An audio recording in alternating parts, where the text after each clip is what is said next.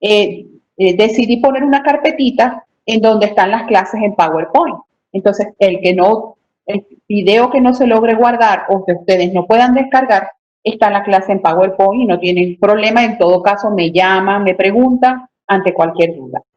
Les iba a decir también que vamos a empezar las actividades prácticas la semana próxima. Necesito saber algo. Ustedes tienen cada uno una hora.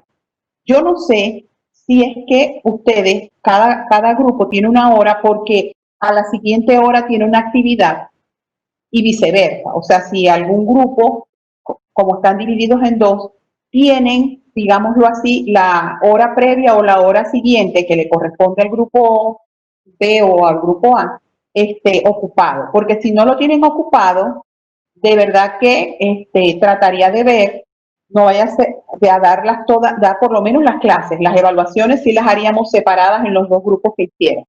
Porque de pronto la actividad práctica, aunque es virtual, se pueda demorar un poquito más, entonces quiero que al final me digan si ustedes tienen una actividad colocada o pudiesen disponer todos de las 2 horas. Porque las actividades prácticas van a iniciar el jueves de la próxima semana. Vamos a empezar con el examen parasitológico de la muestra fecal. En esa actividad, yo lo que les quiero mostrar a ustedes es lo que implica un examen de ese, para que ustedes sepan qué se hace en el laboratorio. Ustedes tienen que saber cuál es la utilidad de ese examen, hasta dónde llega, cuáles son sus limitaciones, porque ustedes son los que solicitan los exámenes. ¿Okay? A la vez que ustedes van conociendo la utilidad de una prueba o la utilidad de un examen, ustedes entonces están en capacidad de hacer una solicitud de un solo tipo de trabajo o de prueba de laboratorio o demás. Entonces, esa actividad lleva un pequeño video, una clase que les doy y en la misma página virtual también les voy a colocar una guía que ya les elaboré, porque se parece a la del laboratorio, pero no llega a los detalles que quizás se dan en el laboratorio. Pero sí es importante que ustedes sepan los elementos más importantes de un examen de la materia fecal y la utilidad, o sea, cuál es la finalidad, que no solamente es eminentemente de los parásitos. Pero entonces esta guía se las voy a colocar. Tan pronto yo monte la guía, que ya está lista, pero tengo que ver en qué parte conviene colocarla, yo les aviso por el grupo. Incluso les digo cuál es el paso, o sea, entrar al aula virtual, en la pestaña tal, le hacen clic, pasan de aquí, pasan de allá. Ahí les voy a ir colocando las guías prácticas.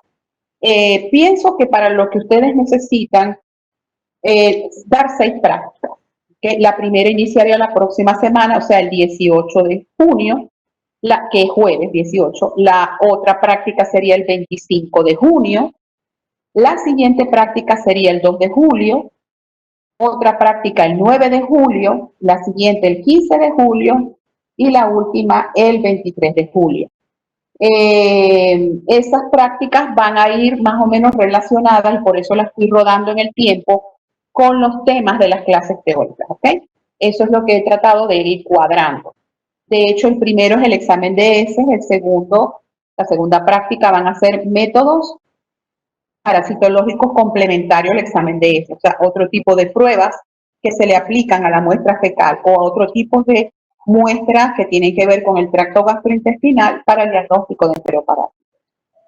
Esa práctica es muy larga, entonces se va a dar en 2 sesiones, el 25 de junio y el 2 de julio. Luego tenemos una práctica que se llama pruebas coproquímicas, es porque ustedes tienen que saber las utilidades de las pruebas que buscan determinar sustancias químicas en las heces. Y la quinta práctica, diagnóstico de hemoparásitos, porque ya para ese momento habremos entrado en ese tema, que ahorita estamos en los intestinales. Y la última sería el diagnóstico de muestras de frotis de tejido y pruebas inmunológicas aplicables al diagnóstico de los parásitos. Bueno, entonces esas serían las actividades prácticas y así poco a poco pues yo se las voy a ir indicando junto con las guías que les voy a ir descargando en la página. ¿Okay? Quizás en un momento, si tengo un tiempito, les coloco este cronograma de prácticas en la misma aula virtual. Bueno, vamos a entrar entonces en materia de generalidades de parasitología como parte del componente de microbiología. En la parte inicial, en donde se hace la introducción a micro, voy a hacer un poco más rápida, porque ya ustedes conocen parte del componente microbiología. ¿Okay? En relación con los aspectos históricos, bueno, ustedes deben haber oído ya que en lo que se relaciona a los microorganismos y en particular con los parásitos, en efecto, se conocen desde tiempos inmemoriales. Existen papiros que se han descubierto en Babilonia, en esos sitios tan remotos que ya describían la morfología, obviamente, de los gusanos o nemátodes o de los helmintos en general, que eran los que se veían macroscópicamente. Por eso aparece acá la palabra macroscópica, porque obviamente no existía microscopio ni nada similar. Asimismo, en muchos de esos documentos hay descripción también de algunos artrópodos, de piojos, de pulgas, de moscas, de zancudos, de garrapatas. Y existe una parte de la parasitología que estudia y analiza, como ven acá. Dígame. Ah, no se ve. Ah, disculpa. Ok. Ya reviso a ver qué pasó.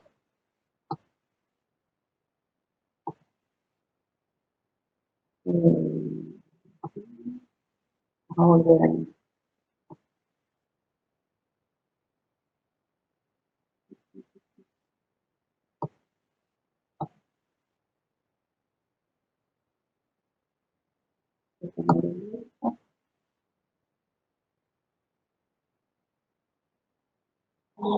Compartir pantalla.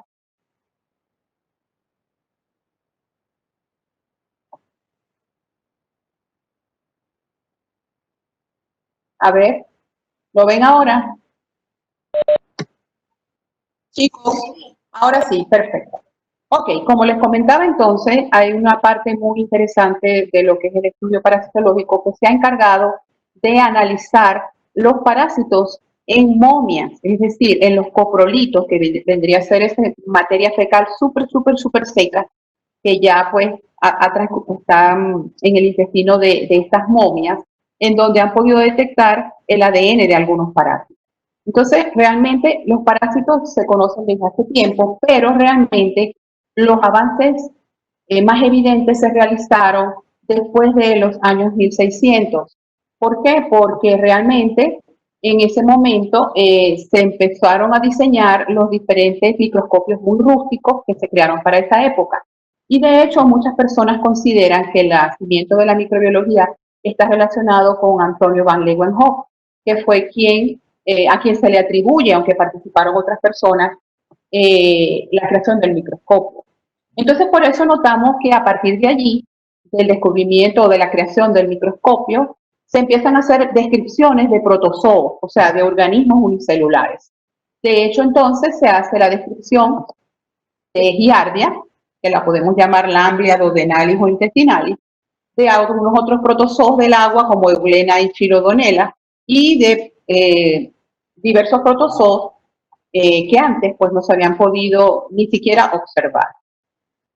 Antes de entrar entonces con las más generalidades de parasitología, necesito recordarles, para ubicarlos en los taxones de los parásitos, las diferencias entre células procariotas y eucariotas. Ustedes ya vieron biología celular, incluso yo creo que ustedes han visto genética, y aquí ustedes les debieron haber hablado de las diferencias entre las dos tipos de células de las que nos vamos a referir mucho más adelante, las más rudimentarias, que son las células procariotas, y las más diferenciadas, que son las eucariotas. La diferencia principal, aunque en esta tabla se colocan varias diferencias, siempre les hago la salvedad que la diferencia más importante radica a nivel del núcleo, ya que las células procariontes no tienen una verdadera membrana nuclear. Ese material nuclear está ahí como reunido en una parte, pero no tiene membrana que lo diferencie del resto de las células. Mientras que en la eucariota sí existe el verdadero núcleo, la verdadera membrana nuclear que recoge todo ese material genético o ADN o ARN. Entonces, ¿por qué me detengo acá? Porque lo que son los parásitos, sus células están conformadas por células de tipo eucariota. Cuando ustedes vieron bacteriología, debieron haber hecho hincapié en que el tipo de células que están formadas las bacterias son de tipo procariota. Entonces, esta diferencia es básica. ¿Okay? Aquí tenemos todas las ramas de las que ustedes ya han cubierto: el estudio de las bacterias, que es bacteriología, el estudio de los hongos, que es micología, y vamos entonces nosotros con el estudio de los parásitos. Posteriormente verán virología, que es el estudio de los virus. Parasitología como ciencia o como asignatura se encarga del estudio de organismos vivos eucariotas, o sea, que sus células son de tipo eucariota, denominados parásitos, que incluye los organismos unicelulares, que llamamos protozoos, y otros tipos de organismos que son pluricelulares.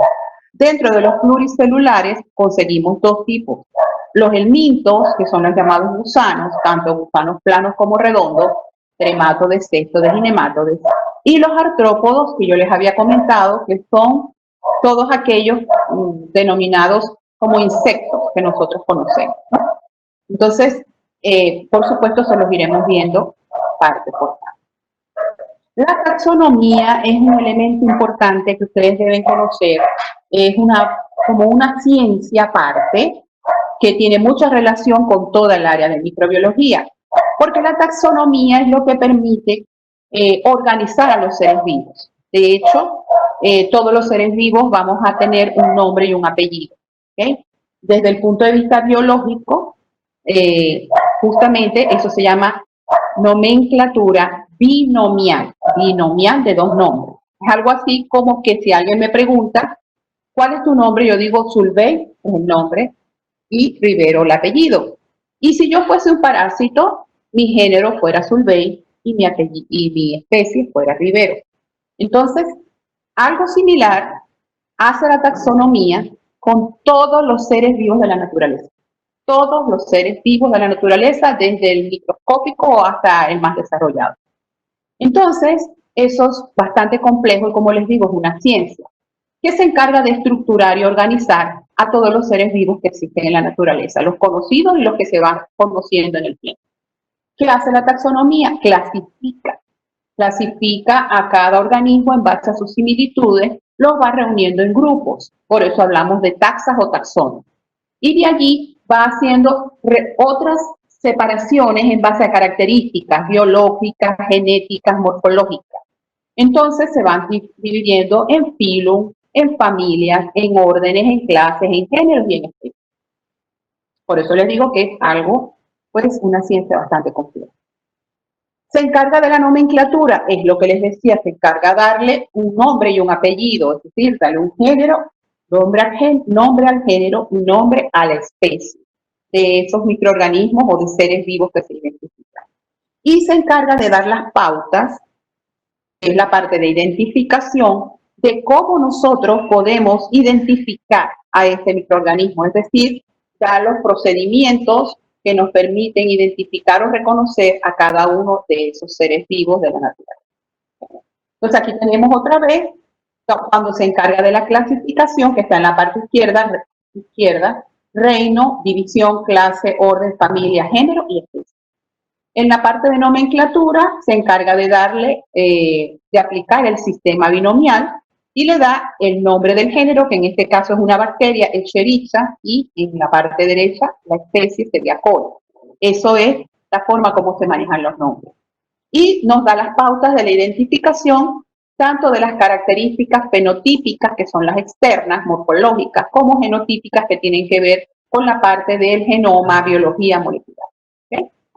Entonces, vamos a detenernos rapidito en la clasificación de los reinos, porque aquí es donde yo les puedo ubicar a ustedes en qué lado vamos a conseguir a los parásitos. ¿Okay? Una de las clasificaciones más aceptadas, y hablo que es más aceptada porque hay muchísimas en los libros, es la clasificación de 5 reinos de Whittaker. El detalle es que con los adelantos que hay con biología molecular, muchas de estas clasificaciones se están derrumbando, se caen, porque la parte de genética pues va haciendo afiliaciones muy diferentes y este esquema de 5 reinos ya no se cumple tan a cabalidad. Entonces empezamos abajo con los procariontes, que sería lo que está en rosado, que es la base de la mano, Lo que está en rosado son los procariontes, ahí se incluyen bacterias. ¿Okay? Si subimos a la parte donde está lo celeste, el celeste tiene el reino protista. El reino protista me incluye ya organismos unicelulares, como son las bacterias, pero que ya no son procariontes, sino que ya son eucariontes. ¿Okay? En esta parte del reino protista se encuentran muchos protozoos, y ya dijimos que los protozoos son considerados parásitos. Quiere decir que en este reino nosotros vamos a tener una parte de los parásitos que se consideran son los protozoos. Y si ascendemos, vamos a ver 3 deditos. En la parte izquierda dice reino fungi, en la parte media dice reino plantae o reino planta, y en la parte derecha dice reino animal. Entonces, fungi son hongos superiores, no vamos a ver eso que ustedes vieron en micología. Animal, sí nos interesa porque aquí en el animal se incluyen algunos nemátodes y artrópodos. Ya dijimos que los helmintos, nemátodes, cestodes, tremátodes, todos los helmintos, nosotros lo vamos a ver en el capítulo de la parte de las helmintiasis, tanto intestinales como extraintestinales, y los artrópodos en los artrópodos de interés médico. ¿Okay? Entonces, aquí la parte del reino animal nos interesa por lo que se refiere a helmintos y artrópodos, y la parte del reino protista porque se incluyen protozoos, que dijimos ya que son parásitos. Esto simplemente para mostrarles que entonces todos los seres vivos de la naturaleza, desde los animales, las levaduras, las plantas, pues tienen su clasificación taxonómica, empezando desde el reino, el filum, clase, orden, etcétera, etcétera. De hecho, como dijimos entonces, de ahí parte también el nombre que viene siendo la nomenclatura científica, y cada vez que hablemos de un microorganismo, generalmente buscamos toda esta información. Buscamos la información de su clasificación taxonómica. ¿Okay? Los nombres de las clases, los reinos, los órdenes y todo lo demás, a veces tienen unas terminaciones que llamamos sufijos bastante complicados, ¿no? En verdad, reconocemos que esos son términos los que identifican a las familias, a las superfamilias, a las tribus, etcétera, que son nombres que provienen del latín, a veces son complicados de escribir, y en el caso de la clasificación taxonómica tienen estos sufijos para que uno reconozca a qué nos estamos refiriendo, si a una familia, a un orden o a una clase. Entonces, por ejemplo, aquí tenemos un caso de un parásito que vamos a ver, que es un nematode que se llama Strongyloides cercoralis. Entonces, noten que aquí estaría parte de su clasificación taxonómica. Filum nemátoda, estamos hablando de gusanos redondos. Clase Phasmidia, por unos organelos que se llaman phasmidos que ellos tienen, orden Rapitida. Familia Strongyloides.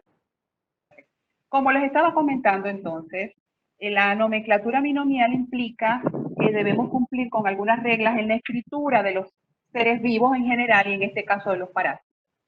Cuando ustedes escriben el nombre de un parásito, el género siempre va a iniciar con letra mayúscula. La especie siempre va a iniciar con letra minúscula, a diferencia de nuestros nombres, que nuestros nombres y apellidos todos inician con mayúscula, aquí no. El género inicia con minúscula. Obviamente, a pesar de la complejidad del nombre de los parásitos, porque provienen del latín, deben escribirse con todas y cada una de sus letras. Y el nombre del microorganismo, tanto su género como su especie, debe ser resaltado en el texto, que era lo que les comentaba. Cuando ustedes están en el computador, pueden aplicar cualquiera de estas formas de resaltar, bien sea ponerlo en negrita, ponerlo en subrayado o ponerlo en itálica. Una de las cosas más comunes es que lo coloquen en itálica. Si ustedes toman cualquier libro de microbiología, se darán cuenta que cuando se refiere a una bacteria, que cuando se refiere a un hongo, cuando se refiere a un parásito, el nombre de ese microorganismo va a estar colocado en itálica. ¿Okay? Entonces eso es parte de la nomenclatura binomial y de las reglas que se deben cumplir cuando lo escribimos. En ocasiones no se puede llegar a identificar la especie del parásito, la especie de la bacteria también pudiera ser, y entonces nos vemos obligados a escribir el género y luego, donde debería ir la especie, le colocamos SP, o sea, sin especificar.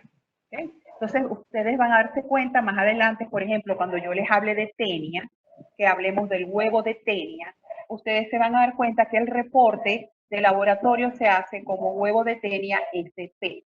Y se coloca como huevo de tenia SP porque yo no puedo saber a nivel de morfología del microscopio óptico si ese huevo es de tenia solium o es de tenia saginata, o sea que hay dos especies implicadas. Entonces, esta terminología de SP, SCP, SCP se utiliza para connotar esa situación que ustedes no pueden llegar a la identificación de la especie. Voy a entrar un ratito a hablar de las relaciones interespecíficas porque aunque los parásitos son reconocidos fácilmente como microorganismos o seres vivos que viven a expensas de otros y que la mayoría de las veces producen daño, existen algunos parásitos que no provocan manifestaciones clínicas por lo menos evidentes y al parecer desarrollan una relación tipo comensalí. Entonces aquí simplemente rápido les quiero mostrar que a la izquierda están todos los tipos de relaciones que se establecen entre seres vivos diferentes y existe una que es la que está colocada en el tercer sitio, que es parasitismo, donde se supone que una especie A, que es el parásito, vive a expensas de una especie B, que es el hospedador, en donde en este tipo de relación se beneficia el parásito, más no se beneficia el hospedador. Incluso cuando hablamos de las verdaderas relaciones de parasitismo, el parásito provoca un daño sobre el hospedador. ¿Okay? Que eso sería lo que le pasa a los humanos. Pero existe un pequeño porcentaje de protozoos, y esto lo vamos a ver en la unidad de protozoos intestinales, donde vamos a identificar algunas amibas y algunos flagelados que viven en comensalismo. Entonces, en ese caso, noten que el comensal se beneficia de la situación, por eso tiene un símbolo positivo, pero el hospedador queda incógnita. ¿Por qué incógnita? Porque aparentemente no provoca ningún tipo de manifestación clínica y la persona no tiene aparentemente ningún problema de salud. Entonces, esto simplemente para que estemos al tanto de que no necesariamente todos los parásitos son patógenos, la mayoría de ellos. Si yo hablo de un 100%, el 80 al 85% tienen un efecto patógeno sobre el hospedador, pero hay un pequeño porcentaje al que no se ha descubierto realmente por qué no hay manifestaciones evidentes de ningún tipo en estos pacientes. ¿Okay? Y eso lo veremos después en algunas amibas y flagelados. ¿Qué explicación se le da a ese comensalismo? Eso tiene desde el punto de vista evolutivo una explicación. Si ustedes se ponen a ver, la mayoría de los virus, que son parásitos también, porque el término parásito se aplica para otros microorganismos, porque hacen vida parásita, es decir, viven a expensas de otros, los virus llegan a ser mucho más patógenos y pueden matar a un paciente mucho más rápido.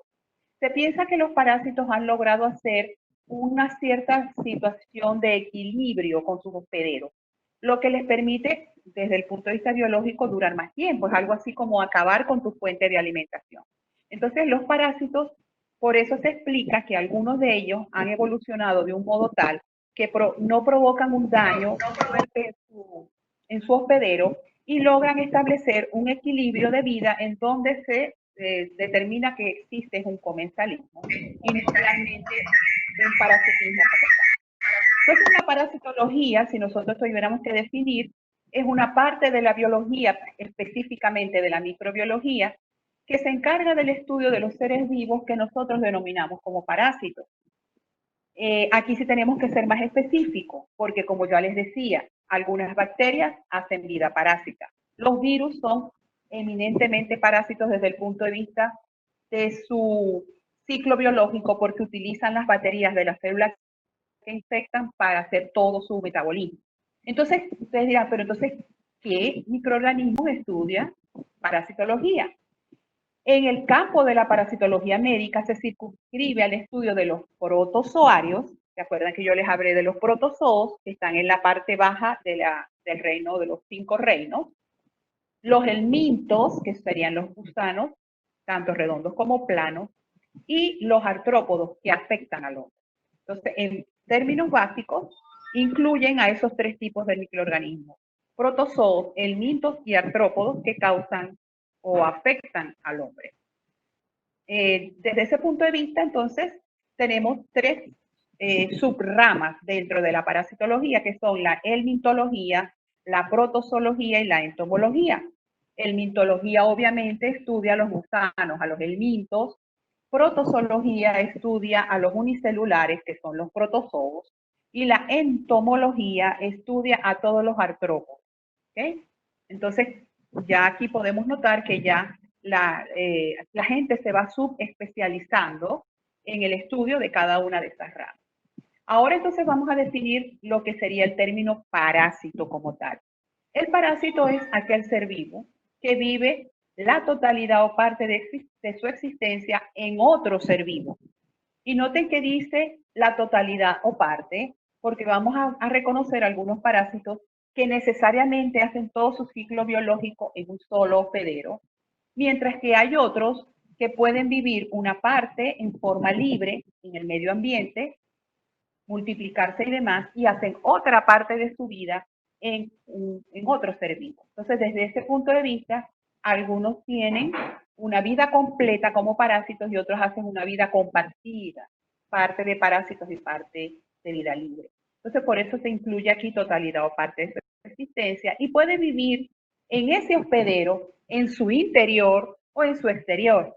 Los piojos, que ustedes los deben haber conocido alguna vez, que es una infección muy frecuente en niños, los piojos son unos exoparásitos, porque viven en la parte externa de nuestro cuerpo, específicamente en el cuero cabelludo. Por eso no podemos decir que única y exclusivamente viven en el interior del hospedero. Entonces, este parásito, que es ese ser vivo que vive parte o totalmente en la parte externa o interna del hospedero, se nutre a expensa de este hospedero y produce o no, aquí estamos incluyendo a los comensales, produce o no lesiones aparentes, ¿okay? O sea, produce manifestaciones clínicas. Y el parasitismo va a ser justamente esa relación que van a tener el parásito y su hospedero particular, y nosotros solo vamos a estudiar las parasitosis o el parasitismo de microorganismos o parásitos que hacen vida en humanos. No vamos a tocar la parte de animales. En algún momento se los nombraré como el larva migracutánea, larva migranvisceral, porque existen algunas parasitosis de animales que lamentablemente nos pueden afectar, pero parasitología veterinaria es otro mundo. A eso no nos vamos a meter. Otros términos importantes que debo aclarar es el término hábitat. Ustedes van a darse cuenta que cada vez que hablamos de los parásitos, yo les voy a decir, por lo menos los parásitos se clasifican como parásitos de hábitat intestinal y parásitos de hábitat extraintestinal. Entonces, hábitat es un término que hace referencia al lugar o al sitio donde vive alguien. ¿Okay? En este caso, estamos hablando de los parásitos. Y esos parásitos, obviamente, al vivir en el humano, tenemos que definir el sitio específico en donde ese parásito vive. Entonces, cuando nosotros nos refiramos de ahora en adelante a hábitat, yo voy a estar explicándoles que esos son el o los órganos donde el parásito vive dentro del humano, pero donde vive en sus estadios más desarrollados, es decir, en el estadio adulto, por lo menos para el caso de los helmintos. ¿Okay? O, ¿por qué les hago esta referencia? Porque en ocasiones el parásito cuando ingresa a nuestro cuerpo hace migraciones y en esa migración se va desarrollando o se va evolucionando. Entonces, hablamos del hábitat, es el sitio final específico donde ese parásito va a vivir la mayor parte de su vida o de su tiempo. Otro concepto importante es el concepto de forma evolutiva, porque a medida que yo les vaya hablando de los parásitos, les voy a decir, estamos hablando del huevo, estamos hablando del quiste, estamos hablando del trofozoide. ¿Qué es la forma evolutiva? Son las diferentes variantes que el parásito tiene en su vida. Así como el hombre se desarrolla y en principio es un feto, después es un bebé o lactante, después lo llamamos preescolar, después lo llamamos escolar, adolescente, adulto joven, adulto medio. Asimismo ocurre con los parásitos. Entonces, las formas evolutivas serán las diferentes variantes morfológicas que existen en la vida de ese parásito, es decir, toda su evolución.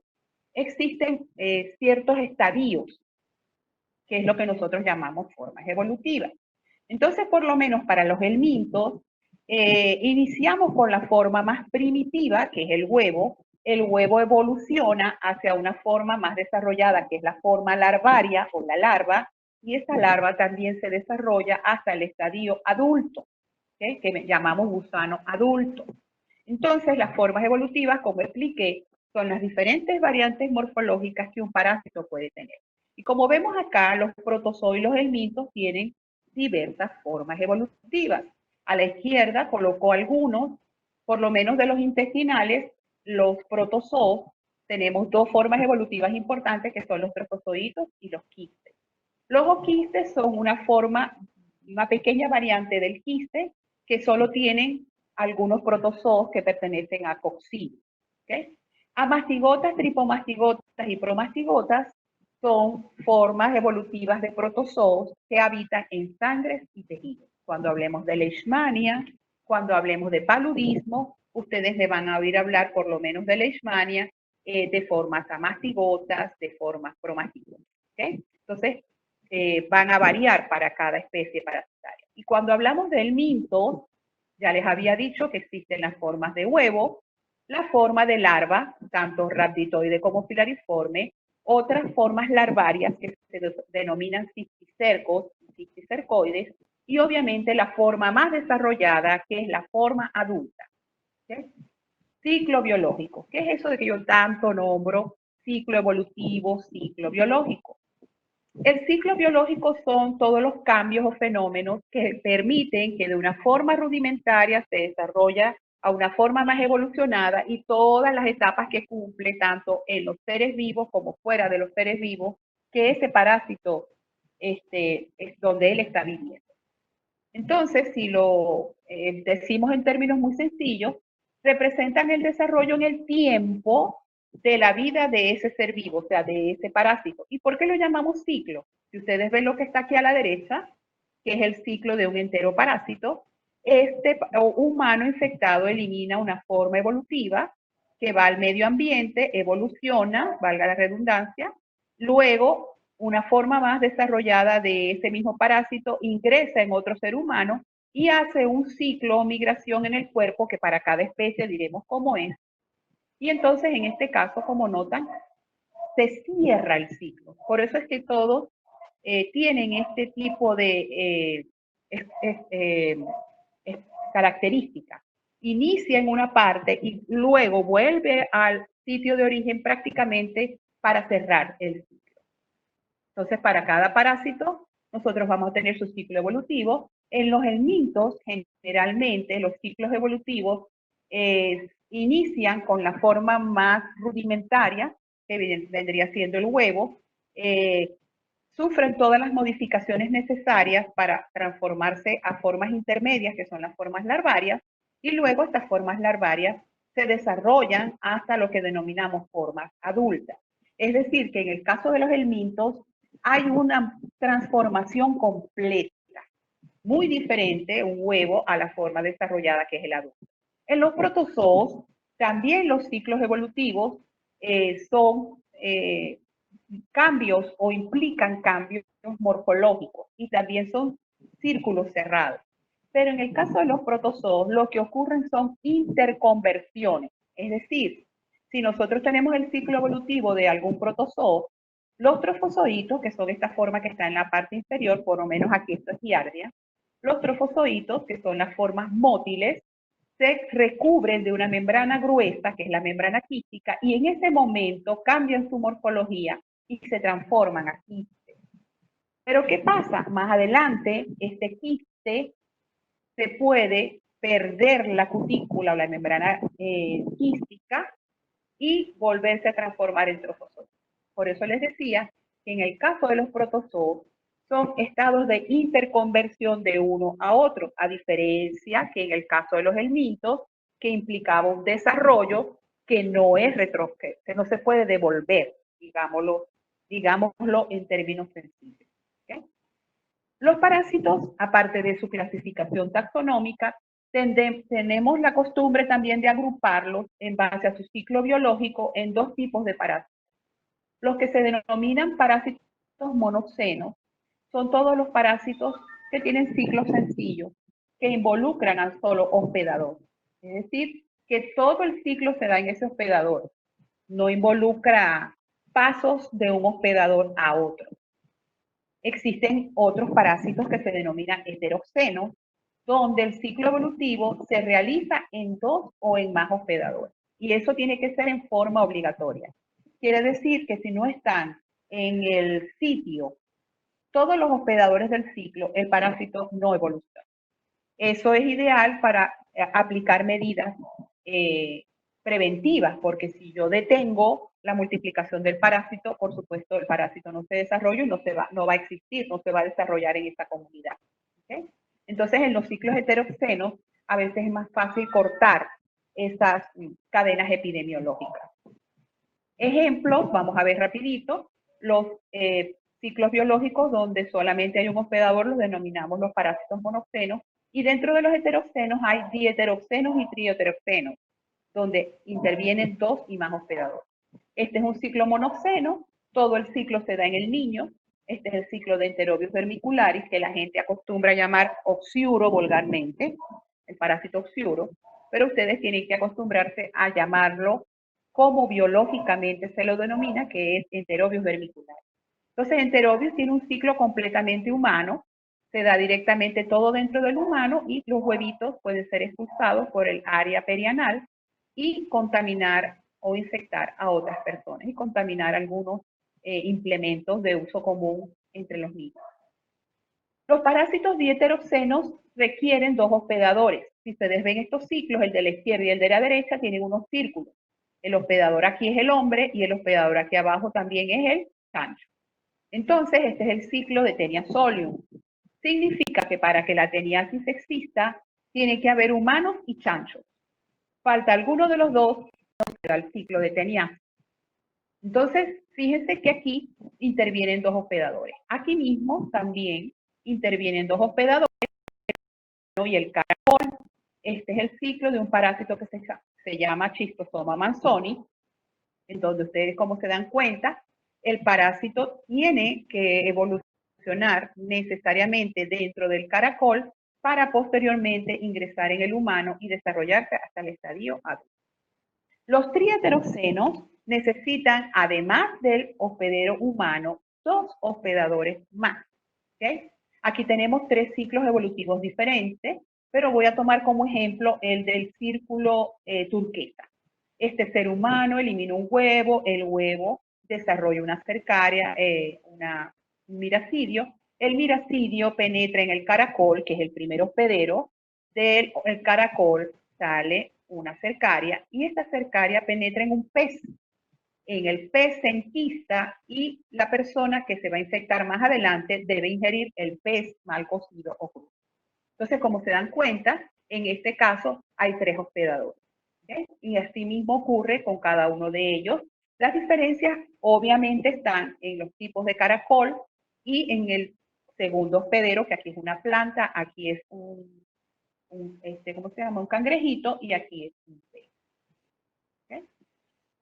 Existe un término que tenemos que acostumbrarnos a usar, que son los términos de hospedadores biológicos y hospedadores mecánicos, porque dependiendo de la parasitosis que vayamos a ver más adelante, vamos a reconocer que existen muchos seres vivos que actúan como hospederos biológicos y unos pocos y unos menos que actúan como hospedero mecánico.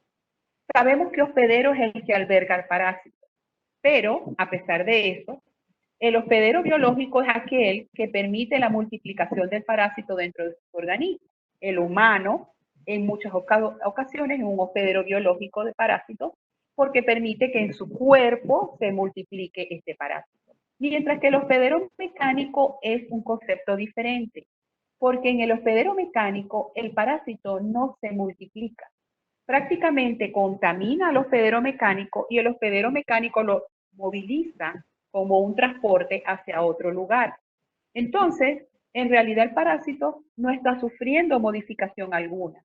Es algo así como que el hospedero mecánico llegó a mi casa, yo me monté en el hospedero y me fui para la casa de mi vecino. Entonces, ¿quiénes son esos hospederos mecánicos? Aquí los tenemos. Las cucarachas y las moscas. Odiamos a las cucarachas y las moscas justamente porque ellas se depositan sobre la materia fecal y van a transmitir en sus patas, muy probablemente, parásitos que van a colocar en los alimentos. Por eso es que siempre procuramos destruirlas porque ellas pueden funcionar como hospederos mecánicos, o sea, tomar de la superficie de la materia fecal algunas formas evolutivas parasitarias y llevarlas hacia los alimentos. Pero realmente, en las patas de las cucarachas y en las patas de las moscas, los parásitos no se multiplican ni se desarrollan. Muy diferente ocurre con estos otros artrópodos, porque todos los que están aquí son artrópodos, que sí funcionan, estos que están aquí, como hospedero biológico. ¿Por qué? Porque dentro de ellos, en su organismo, el parásito sufre alguna modificación. Entonces, por ejemplo, en la parte superior tenemos algunos zancudos, como el Aedes, como los flebotomos, que ellos chupan sangre, ingieren parásitos que están en las sangres de las personas, y ese parásito dentro del transmisor, dentro del vector, se multiplica, cambia su forma, y cuando ese vector va a chupar a otra persona, le inocula las formas parasitarias. ¿Okay? Entonces, este es el verdadero hospedador biológico. Abajo tenemos a lo que llaman aquí comúnmente chinchorro, que los podemos llamar científicamente triatominos. Y los triatominos, ellos transmiten la enfermedad de Chagas. ¿De qué forma? Ellos pican a una persona que está enferma, chupan sangre y en el intestino de ellos el parásito sufre algunas transformaciones que permiten que lleguen al recto del chipo o del triatomino, y cuando el triatomino va a picar a una segunda persona, cuando hace pupú, defeca las formas evolutivas parasitarias. Entonces, aquí la persona a donde ellos defecan, la persona se va a infectar. Entonces, noten que en este caso, si el parásito ha sufrido transformaciones dentro del vector o dentro del insecto, y estos son los verdaderos vectores o hospedadores biológicos, mientras que estos son hospedadores mecánicos. ¿Okay? Los parásitos, entonces, cuando tenemos ciclos heteroxenos, en donde hay más de un hospedador, nosotros acostumbramos a clasificar al hospedador de ese ciclo o como hospedador definitivo o como hospedador intermediario. Estoy hablando de los ciclos que tienen más de un hospedador, porque donde hay un solo hospedador, donde el ciclo es monoxeno, no tengo que definir cómo se llama uno y cómo se llama el otro. Pero en los ciclos que llamamos heteroxenos, de los parásitos heteroxenos, donde hay dos o más hospedadores, tenemos que definir quién de ellos se comporta como hospedador definitivo o como hospedador intermediario. Aquí está muy largo, pero a grosso modo, el hospedero definitivo es aquel hospedero dentro de un ciclo heteroxeno quien logra albergar en su cuerpo las formas adultas, si estamos hablando de un helminto. ¿Okay? Entonces, cuando el hombre tiene en su intestino un adulto de tenia, el hombre está actuando como hospedero definitivo. Mientras que el hospedero intermediario es el otro del ciclo, o sea, la contraparte del ciclo. Él va a tener las formas intermedias, es decir, las fases inmaduras, en este caso, las formas larvarias. Entonces, en el ciclo heteroxeno de tenia que yo les mostré en su momento, donde había un hombre y había un chancho, el hombre es el hospedero definitivo porque alberga el adulto de la tenia, y el chancho es el hospedero intermediario porque tiene en su cuerpo la forma larvaria de la tenia. Entonces, por los momentos me quedo con la explicación de definitivo e intermediario para el caso de los helmintos. Cuando entremos a la parte de protozoología, yo les voy a explicar quién va a ser el hospedero definitivo y quién va a ser el hospedero intermediario en el caso de los protozoos, porque se aplica un concepto un poco diferente. Pero para no enredar más la situación, vamos a quedarnos por ahora con definitivos e intermediarios de los helmintos. En cuanto a la clasificación, a la localización de los parásitos, ya lo habíamos hablado un poco. Los parásitos generalmente son ectoparásitos, los que viven en la superficie. Ya les había hablado de los piojos, podemos decir lo mismo de las pulgas, de las garrapatas, del Syrinx pubis y de diversos artrópodos que pueden vivir en la superficie del humano.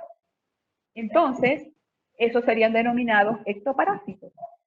Otros parásitos van a vivir dentro del organismo humano. Algunos autores denominan como mesoparásitos a los parásitos que viven en el intestino, porque estas personas dicen que el intestino es un tubo que inicia en la boca y concluye en el ano. Entonces ellos dicen que esos seres vivos, esos parásitos deben llamarse mesoparásitos. Por eso lo pongo en interrogante, porque generalmente nosotros adoptábamos el término de que los que viven en el intestino son endoparásitos. ¿Okay? Pero si lo tomamos como desde el punto de vista de que tiene contacto con el medio externo en la boca y en el ano, pudiese tomarse en consideración como mesoparásito. Pero en el estricto sentido de la palabra, generalmente se habla de ecto y endoparásitos. Ectoparásitos los que viven en la superficie del cuerpo humano, endoparásitos los que viven en el interior del cuerpo humano, bien sea en el tubo digestivo, bien sea en la sangre o bien sea en los tejidos. ¿Okay? Este sería según su localización. Y unos términos que les quiero explicar un poquito para que veamos las situaciones que se presentan con las variantes de las formas de vida de los parásitos. ¿Okay? Los parásitos tienen que vivir dentro de otro ser vivo, si no todo el tiempo, por lo menos una parte de su vida, para que se les considere parásitos. Entonces, los parásitos que viven todo su ciclo de vida dentro de otro de un ser humano se llaman parásitos obligados. Obligados. Ellos no pueden vivir de otra manera.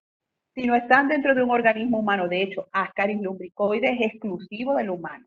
Los perros, los gatos, las gallinas no tienen Ascaris. Tienen otros helmintos, pero no tienen Ascaris. Entonces, Ascaris es el verdadero parásito obligado.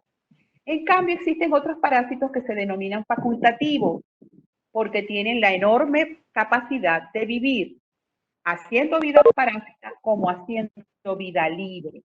Esos parásitos que tienen esta facilidad no son muchos, pero uno de ellos es Strongyloides stercoralis. Cuando veamos este parásito, ustedes se van a dar cuenta que él tiene una fase de su vida en donde está en el intestino humano, pero cuando él cae al suelo, él puede tomar la decisión de vivir en el suelo o de devolverse en otro momento a vivir dentro de un humano. Existe lo que se llama el parasitismo accidental, que es cuando un parásito que no es del humano llega a ingresar al humano, pero no se desarrolla ni evoluciona. Simplemente como entra, sale. Mixóbulos es un parásito de los peces. Si el hombre ingiere peces que tienen Mixóbulos, se lo traga, pero así como lo traga, lo bota por la materia fecal, porque Mixóbulos no evoluciona en el humano. Eso se llama especificidad parasitaria.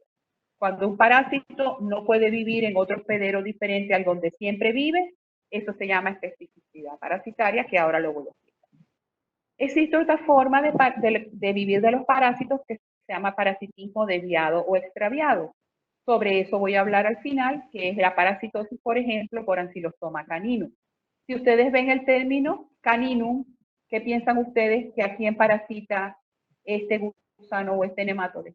A ver, ¿a quién parasitará con ese nombre? A los perros. A los perros, exactamente. Entonces, Ancylostoma caninum es un parásito que es de los perros, pero en ocasiones, cuando los animales, o sea, los perritos defecan en el suelo, si nosotros estamos descalzos y pisamos allí, esas larvas pueden penetrar por piel al humano. Como nosotros no somos su hospedero normal, el parásito no logra evolucionar en el humano. Pero mientras termina de morir, digámoslo así, hace un camino o surco en la piel, que es lo que se llama larva migrans cutánea, y eso provoca picazón y molestia. Entonces noten que en este caso, aunque el parásito está extraviado porque entró en el hospedero que no le correspondía, puede provocar una patología. Y por último tenemos acá el parasitismo errático. Eso ocurre cuando un parásito que es común en un hábitat como es el humano y habita en el intestino, se va fuera de ese órgano. Es decir, hablaríamos, por ejemplo, de los casos de Ascaris cuando se va al hígado. Ya dijimos que Ascaris vive en el intestino. Entonces, el parasitismo errático es cuando un parásito que está en el humano, en un hábitat específico, el parásito se sale de ese hábitat y empieza a hacer una migración y, por supuesto, provoca daños durante esa migración. Anda errante dentro del organismo humano. ¿Okay? Esa sería la explicación para algunos tipos. Y lo que les hablaba de la especificidad parasitaria es lo que está colocado acá. Esto se los digo para tranquilizarlos a veces, porque cuando uno entra en el mundo de la microbiología se pone un poco paranoico, ¿no?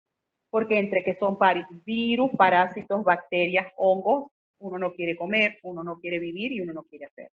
Entonces los parásitos, por lo menos, hay muchos en la naturaleza, pero no todos los parásitos ingresan en todos los hospederos. Entonces, por eso quiero aclarar este término.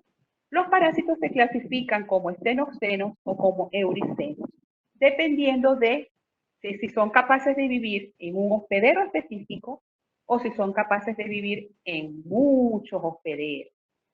El primero, que es el que vive siempre en un hospedero específico, se clasifica como parásito estenoxeno, o sea que tienen un grado máximo de especificidad. Ellos son específicos de ese servicio. El piojo, que es el pedículum humano, el piojo es único y exclusivo del hombre. Los perros, los gatos, todos los demás animales pueden tener otros artrópodos, pero no tienen a pedículum humanos. El pedículum humano solo vive en el hombre. Queremos decir que pedículum sería un parásito estenoxeno. Ascaris lumbricoides, se lo acabo de nombrar, sería también un parásito estenoxeno, porque solo vive en los humanos, no ingresa en perros, en gatos y en otros animales. Los parásitos euricenos, no, esos son menos exigentes, a eso les gusta todo.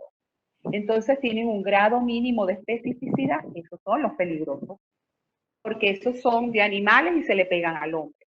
Entonces los parásitos euricenos son, como quien dice, muy cómodos y son parásitos que se adaptan a todos los hospederos. De hecho, los parásitos euricenos son los causantes de zoonosis. ¿Okay? Entonces, por ejemplo, aquí tenemos el caso de un parásito que se llama Toxoplasma gondii.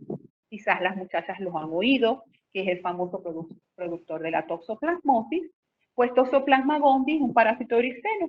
Él no es muy exigente. Él entra en muchísimos hospederos y nosotros podemos conseguir toxoplasma en humanos, en vacas, en gatos, en perros, en muchísimos animales. ¿Okay? Viviendo dentro de su organismo pueden tener toxoplasma gondii. ¿Okay? La transmisión, lo hablaremos luego, que la transmisión es desde el punto de vista de la materia fecal, solo por materia fecal canina, o sea, de gatito.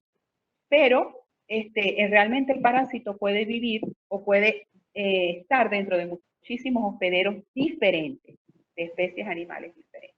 ¿Cómo ingresan los parásitos a nuestro organismo? Por vía digestiva, generalmente a través de la boca. La mayoría de los parásitos intestinales ingresan a nuestro cuerpo por la boca cuando ingerimos aguas y alimentos contaminados con las formas evolutivas infectantes. Por vía cutánea sí penetran algunos, pero son pocos. Y pueden penetrar en forma activa a través de las larvas que penetran la piel o a través de la picada de los vectores.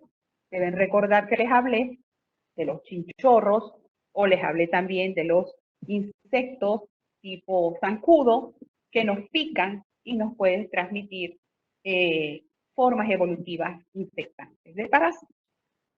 Existe también la transmisión por vía genital, muy pocos, prácticamente el único que vamos a ver en clases va a ser pentatricomona vaginal o trichomona vaginalis. Trichomona vaginalis es un parásito que se transmite por las relaciones sexuales. Y tenemos la transmisión vía transplacentaria porque algunas parasitosis de sangres y tejidos, como paludismo, como chagas y otras, se pueden transmitir por vía sanguínea.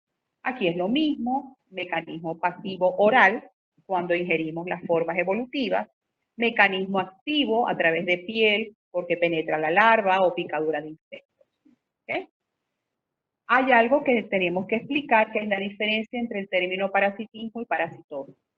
Parasitismo es cuando hay infección parasitaria y el paciente no tiene síntomas. O sea, cuando nosotros hablamos de parásitos comensales, decimos que ellos provocan un parasitismo y que la persona tiene una infección parasitaria, pero no hay daño. Cuando hablamos de infección por Entamoeba coli, por Endolimas plana, que son unas amibas, hablamos de parasitismo. Mientras que hablamos de parasitosis cuando hablamos de parásitos que provocan daño y que dan nombre a una enfermedad. Ascariasis, trichuriasis, ancilostomiasis o uncinariasis. Esos son nombres de enfermedades parasitarias provocadas por parásitos, ascariasis por ascaris y así sucesivamente. Aquí hay daño en el hospedero, hay enfermedad.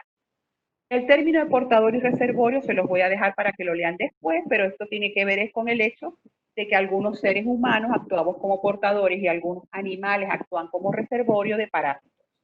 Estos seres vivos no sufren la enfermedad, pero sí transmiten la infección a otros hospederos. ¿Okay? Zoonosis, ya se los nombré. Dijimos que zoonosis es una enfermedad de animales que se puede transmitir a los humanos. Entonces hay que tener mucho cuidado a veces cuando se tienen mascotas.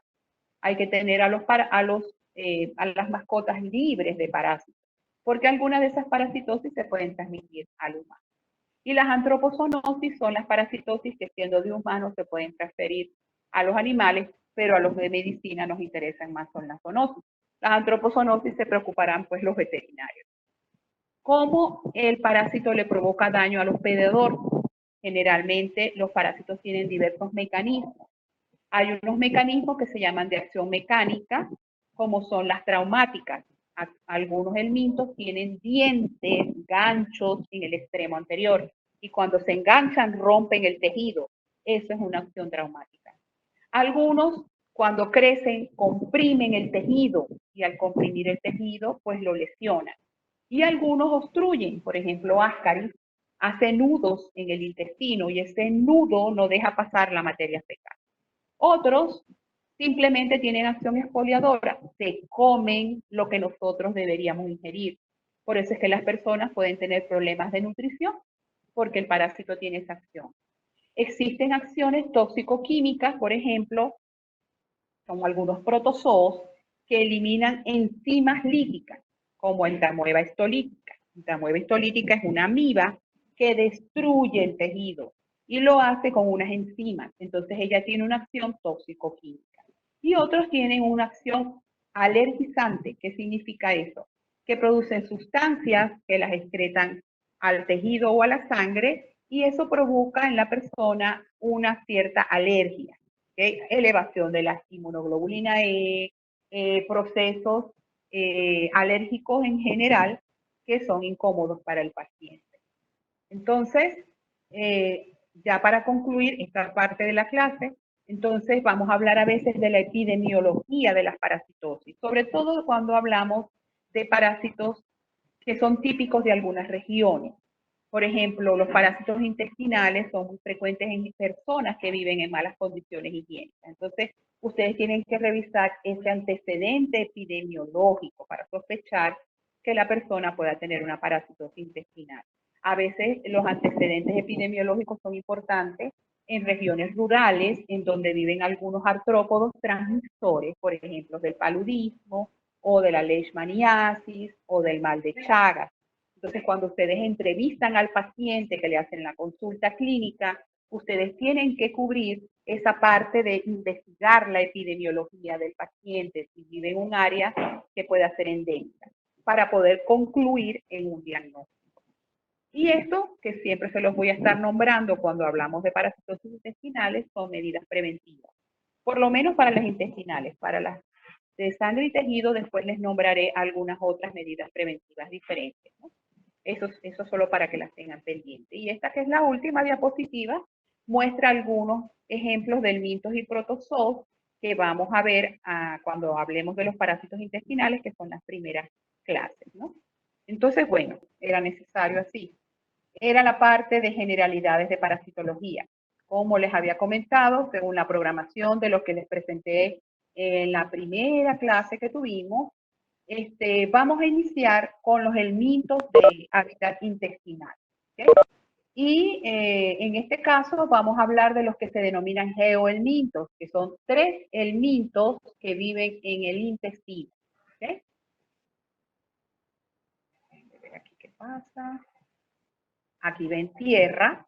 ¿Y por qué coloco justamente esta arena o esta tierra?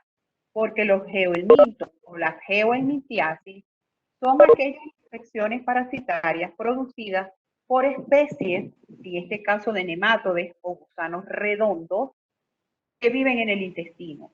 Y la característica principal de estos nematodes que viven en el intestino es que los huevos fecundados que expulsan las hembras necesitan estrictamente desarrollarse en el suelo. ¿Okay? Por eso es que a estos parásitos se les llama geo, de suelo, y helmintos, porque son helmintos o gusanos. ¿Okay? Entonces, ¿qué son las helmintiasis? Son prácticamente 3 parasitosis, en donde el nematode o el parásito implicado tiene un ciclo evolutivo donde los huevos tienen que caer al suelo o al medio ambiente para desarrollarse, para formar dentro de ese huevo, en la mayoría de los casos, en algunos casos no se forma, sino sí se forma la larva, pero queda libre en el suelo. Entonces, lo importante es que dentro del término geohelmintiasis se van a incluir aquellos nematodes que necesitan cumplir con un ciclo en tierra. Es obligado. ¿Okay? ¿Para qué? Para que esos huevitos desarrollen un embrión, que van a ser la forma infectante del parásito. Los geohelmintos son estos 3 parásitos que están nombrados acá. Tenemos a Ascaris lumbricoides, tenemos a Trichuris trichura y tenemos a los ancilostomidios o llamados anteriormente uncinarios. Quizás ustedes están más acostumbrados, han oído más este término. El término uncinaria se dejó de utilizar hace mucho tiempo porque hay algunos helmintos dentro de los animales y hay uno de ellos que se llama justamente uncinaria estenocéfala. Es un parásito que tiene este nombre. Entonces, el nombre de uncinariasis se relegó para la parasitosis por uncinaria estenocéfala, de modo tal que el término que se acepta más ahora es el término ancilostomía. Vamos a iniciar con Ascaris lumbricoides. Ascaris lumbricoides, comúnmente la gente se llama lombriz intestinal. Cierren el micrófono. ¿Alguien tiene el micrófono abierto? Okay. Quizás ustedes han oído el término de lombriz intestinal. ¿Por qué le llaman lombriz intestinal? Porque se parece a la lombriz de tierra. La lombriz de tierra que nosotros conseguimos cuando llueve mucho, cuando hay mucha materia orgánica en la arena. Entonces, la gente acostumbra a llamarla lombriz intestinal. Entonces, Ascaris lumbricoides es un gusano redondo, un nemátode, que tiene unos adultos con sexos diferenciados. Nosotros tenemos machos y hembras de Ascaris lumbricoides. Además, como forma evolutiva, además de los adultos, también existen los huevos. De hecho, los huevos tienen morfología variada. Los que trabajamos con microscopía acostumbramos a denominar a los huevos como fecundados, mamelonados decorticados otros e infértiles otros. Pero todos los huevos de Ascaris provienen justamente de una hembra que ha sido fecundada por un macho. Entonces, Ascaris lumbricoides tiene unas características morfológicas que yo considero que ustedes deben conocer, no quizás en detalle, pero sí saber, porque en ocasiones una mamá puede llegar a un consultorio a ver un médico y llevar un frasquito de vidrio en donde tiene a los gusanitos adentro. Entonces, yo siempre les doy las características morfológicas macroscópicas para que ustedes puedan, en esos casos, identificar y decir, ah, lo que expulsó el niñito es un Ascaris, no, lo que expulsó el niñito es un Enterobius, porque más o menos ustedes por la morfología lo pueden llegar a identificar y ya eso es hacer diagnóstico, aunque no se haya hecho el examen de eso. Entonces, ¿qué características morfológicas tienen los adultos de Ascaris? Son gusanos grandes, miden entre 15 y 20 centímetros. Bueno, eso pudiera decir alguien grande entre comillas, porque las tenias, que son gusanos muy grandes, pueden llegar a medir hasta unos 10, 15 metros. ¿Okay? Entonces, sin embargo, se consideran grandes porque son fácilmente visibles. Entonces, casi siempre, en el caso de los nematodes, la hembra es más grande que el macho. Si ustedes se fijan, aunque ellos están entre los 20 centímetros de tamaño, de largo, la hembra es un poco superior al macho en tamaño a lo largo. ¿Okay? ¿Qué características permiten distinguir a un macho de una hembra? El macho termina en forma incurvada, lo vemos acá, ¿ok? Mientras que la hembra termina en forma recta, en forma cónica, y los vamos a ver aquí. Aquí tenemos una imagen de un dibujito de unos adultos de Ascaris y podemos ver que este es el gusano completo y como tiene la colita incurvada, estamos hablando de un macho. En el caso de lo que está al lado, tiene una forma más recta y termina al final en forma cónica. Entonces, esto es una hembra. De hecho, está colocado aquí un botón rosado y aquí un botón celeste.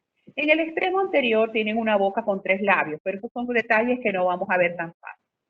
Si ustedes tuviesen unos adultos en un frasquito de vidrio, que en este caso es una placa de Petri, una caja de Petri, ustedes los pudieron ver así, de un color al principio un poco rosado. A medida que pasa el tiempo se van poniendo más blanquecitos. ¿Okay? Aquí tenemos también una hembra de Ascaris, se ve perfectamente. Los huevos de Ascaris lumbricoides, pues los vamos a ver, somos los microscopistas o los laboratoristas. ¿Por qué? Porque son estructuras microscópicas. De hecho, fíjense que miden entre 50 a 70 micras. Eso solo se aprecia con un microscopio. De hecho, aquí abajo les he colocado varias imágenes de huevos de Ascaris lumbricoides. Entonces, ellos pueden ser bastante ovalados. Lo llaman como que tiene una forma de huevo frito. ¿Por qué? Porque tienen una célula que está en el interior, que es una célula fecundada. Lo que está aquí a la derecha es lo que llamamos huevos de Ascaris infértil, porque no provienen de la cópula de una hembra y un macho, sino que la hembra los expulsa solos, y en este caso es prácticamente un óvulo. O sea que estos huevitos feos, largos que están aquí, provienen de hembras que no se aparearon con machos, sino que los expulsan. Es una de las pocas especies de nematodes donde la hembra, sin apareamiento, expulsa sus óvulos al medio externo. ¿Dónde viven los adultos de Ascaris? Aquí empezamos a recalcar lo que es el término hábitat. Obvio que viven en el humano, pero ¿dónde? Dentro del humano, en la luz del intestino delgado. Y decimos que viven en la luz porque realmente ellos no se meten en la mucosa, ellos están en ese espacio que es la luz del intestino, ahí viven ellos. Por eso en ocasiones cuando una persona tiene muchos adultos de Ascaris, se hacen nudos porque ellos se enrollan entre ellos mismos. ¿Cómo nos infectamos los humanos para que suframos la infección por Ascaris? A través de la ingestión, por eso hablamos de la vía pasiva oral, de agua o alimentos que están contaminados con huevos embrionados. Y aquí vamos a ver el ciclo evolutivo. Acuérdense del término ciclo, que es algo redondo. Iniciamos con un hombre que está infectado. Elimina por sus heces, con la materia fecal, los huevos de Ascaris. Si este es un geohelminto, estos huevos solo evolucionan cuando caen al medio ambiente. Por eso es que una de las medidas preventivas es que las personas no defequen en el suelo. Para eso existen los baños, los sanitarios, las letrinas. El problema es que en los lugares más desasistidos, donde la gente es muy ignorante, no usan los baños y entonces defecan al aire libre. Esos huevos que caen, como esto es un geohelminto, evolucionan, y ustedes pueden darse cuenta aquí, que dentro del huevito se va a formar una larva. Entonces este huevo pasó de un estado de huevo fecundado a un huevo embrionado. Y una vez que está embrionado, así es como es infectante para otro ser humano. ¿Okay? Entonces, forma diagnóstica, que es la que se ve al microscopio, son los huevos cuando se hace examen de heces, y forma infectante, necesariamente huevo embrionado. Quiero decir con esto que si una persona ingiere un huevo fecundado, no es perfecto. Ok, gracias. Ok, en el ciclo evolutivo entonces habíamos quedado en que la persona que ingiere un huevo siempre y cuando esté embrionado, ya dijimos que los huevos fecundados no infectan. Ese huevo embrionado que la persona ingiere, en el estómago se disuelve la cutícula y queda libre este gusanito pequeño acá que es una larva. La larva entonces atraviesa la mucosa intestinal y por circulación tiene que llegar al aparato respiratorio para poder hacer mudas. Es como las culebras, hablando vulgarmente, que va haciendo mudas y evoluciona y crece. Entonces él está un tiempo en los pulmones, luego va a subir por todo lo que es el aparato respiratorio hasta que llega a ser deglutido y pasa esa larva al esófago, o sea que ahora pasa al aparato digestivo. Entonces, una vez que llega de nuevo al estómago, no es destruida, llega al intestino delgado y en ese tránsito, por supuesto, ya ella sí, por supuesto, ya evoluciona y crece. Entonces, tenemos que luego de un periodo de varias semanas, de unas 3, 4 semanas, que él hace toda esta migración, al final en el intestino delgado vamos a tener las formas adultas. Las formas adultas son las que dijimos que están entre 20 y 25 centímetros y por supuesto, hembra y macho copulan, y cuando copulan, la hembra coloca los huevos, ¿okay? Por lo menos los huevos fertilizados. La hembra puede poner huevos no fertilizados, que son los óvulos prácticamente. Entonces, así, de esta manera, ocurre lo que les comentaba, que el ciclo se conecta porque una vez que esta persona que tiene los adultos en el intestino elimina los huevos por las heces, y las heces caen al suelo, entonces vuelve a comenzar el ciclo, el huevo evoluciona, se forma la larva en el interior y por eso es que se habla de que este es un geohelminto. En resumen, la forma evolutiva infectante va a ser el huevo, pero el huevo con esta E aquí, huevo embrionado. Si no está embrionado, no ocurre nada. La forma diagnóstica, lo que los laboratoristas vemos al microscopio, generalmente son los huevos. Pero ya yo les dije que una mamá les puede llegar a ustedes con un frasquito a la consulta y ustedes van a hacer el diagnóstico a través de los adultos, bien sea tanto hembras como machos. ¿Qué manifestaciones clínicas se producen cuando estamos infectados por Ascaris? Cuando estamos infectados por Ascaris, vamos a tener una enfermedad que se llama ascariasis o ascariosis. ¿Qué manifestaciones produce? Las manifestaciones van a variar dependiendo del lugar donde la larva se encuentre en su determinado momento. Al principio, cuando la larva está en el aparato respiratorio, nosotros vamos a tener, por supuesto, algunos síntomas que coinciden con lo que se llama síndrome de Leber. Es decir, los niños casi siempre, porque hablamos que es una parasitosis muy frecuente en infantes, van a tener fiebre elevada, tos y secreción bronquial. ¿Por qué? Porque la larva produce daño a nivel de los bronquios. En sangre se puede notar que va a haber eosinofilia. ¿Okay? Luego que el parásito llega a migrar completamente hacia el tubo digestivo de nuevo, cuando ya el parásito adulto se encuentra en el intestino, ellos van a tener acción mecánica, tóxica, exfoliatriz e irritativa, por tamaño, porque ingieren nuestros alimentos, etc. ¿Okay? Entonces el paciente empieza a tener algunos síntomas que a veces se reflejan como diarrea. Realmente de los tres que son llamados los geohelmintos, Ascaris es el que menos produce diarrea. Muchísima más diarrea como característica clínica la produce Trichuris y los ancilostomídeos. Entonces puede haber un poco de diarrea, va a haber pérdida del apetito, la mamá manifiesta que el niño no quiere comer, hay palidez, pérdida de peso y una serie de características, muchas a veces de algunas parasitosis intestinales. Y por supuesto, aparte de estas manifestaciones que ya nombré, pueden haber algunas complicaciones clínicas. Hay pacientes que expulsan Ascaris por la boca o por la nariz, adultos de Ascaris, porque los parásitos entonces se devuelven del estómago y son expulsados por estos orificios.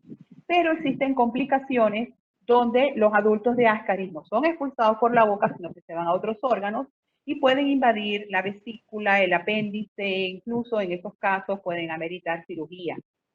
Entonces, las complicaciones de la ascariasis tienen que ver con la migración errática de los adultos.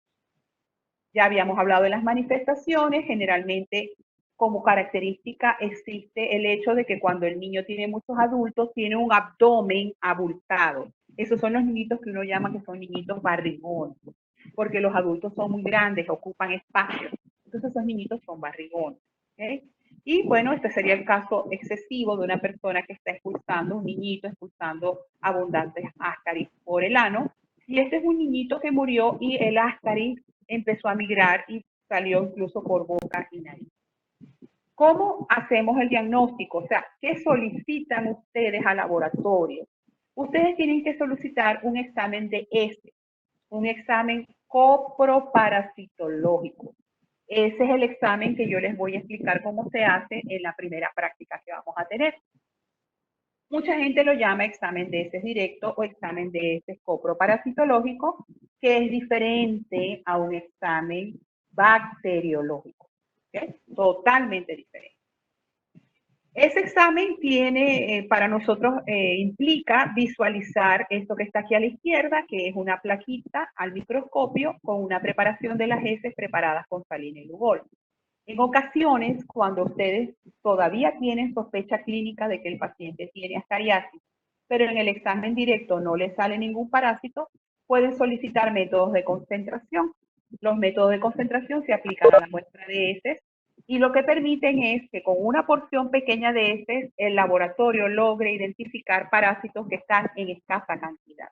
Entonces, el método de concentración es una buena alternativa cuando el examen de heces directo no arroja la presencia de parásitos, o sea, no indica la presencia sobre todo del mismo. Y por supuesto hay otras técnicas más específicas del laboratorio como el recuento de huevos que se realizan una vez que nosotros sabemos que el paciente tiene alguna helmintiasis.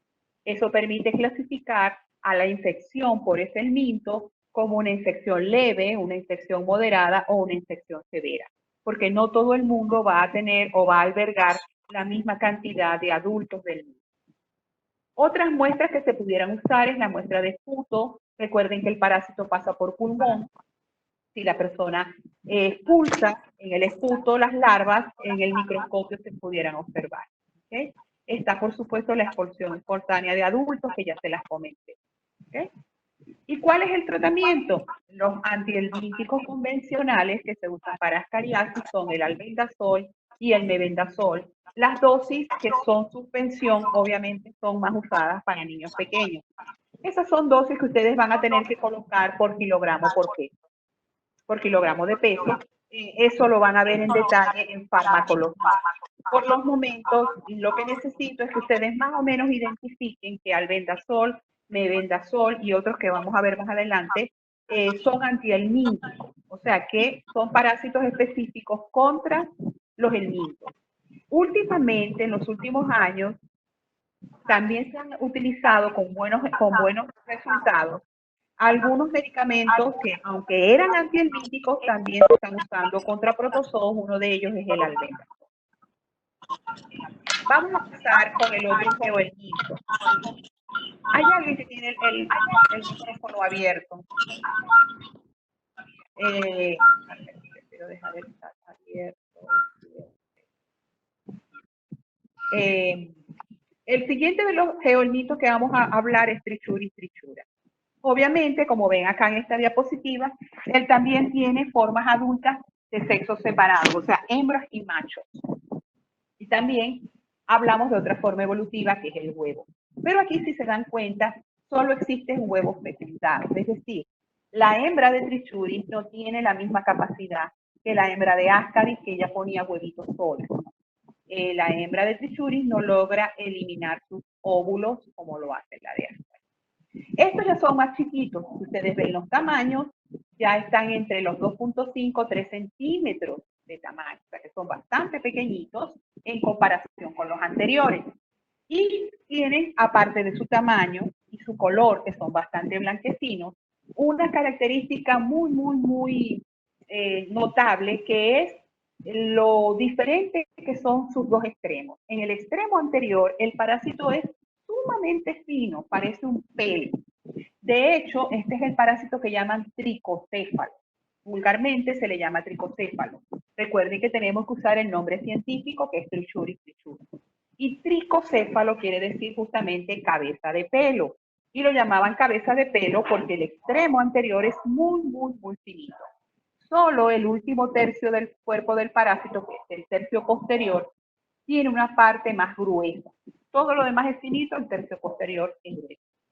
¿Cómo distinguimos hembras de machos? Porque a ustedes les pueden llegar, no es muy común, pero alguna vez le pudiera llegar una persona con un frasquito y los parásitos adentro.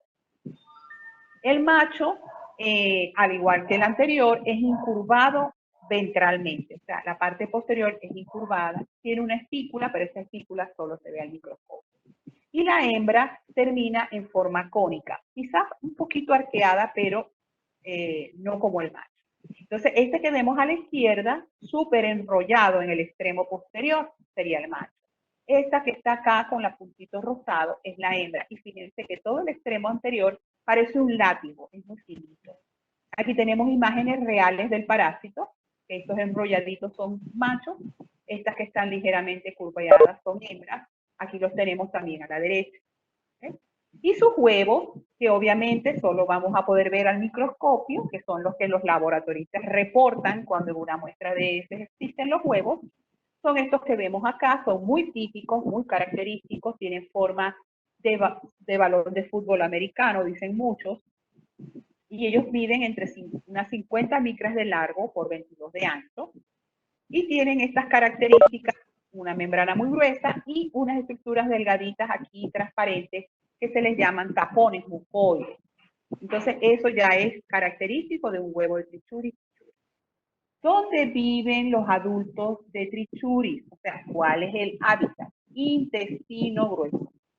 Principalmente en esta porción, en la porción del ciego y del apéndice. Tanto es así que hay ocasiones que obstruyen el apéndice y hay apendicitis por trichuris, porque los adultos se han ido depositando en ese saquito que es el apéndice. ¿Okay? Entonces ellos viven en un hábitat diferente a Ascaris. Ascaris estaba en el intestino delgado, trichuris está en el intestino grueso. Y ellos se colocan en el intestino grueso de una forma muy característica. Ellos introducen todo el extremo delgadito anterior en la mucosa intestinal. Con eso ya les quiero decir que ellos tienen un efecto traumático. Rompen la mucosa de intestino grueso para meter el extremo anterior. ¿Okay? Solo queda a la luz del intestino el extremo posterior, que es el intestino, la parte final gruesa de su cuerpo.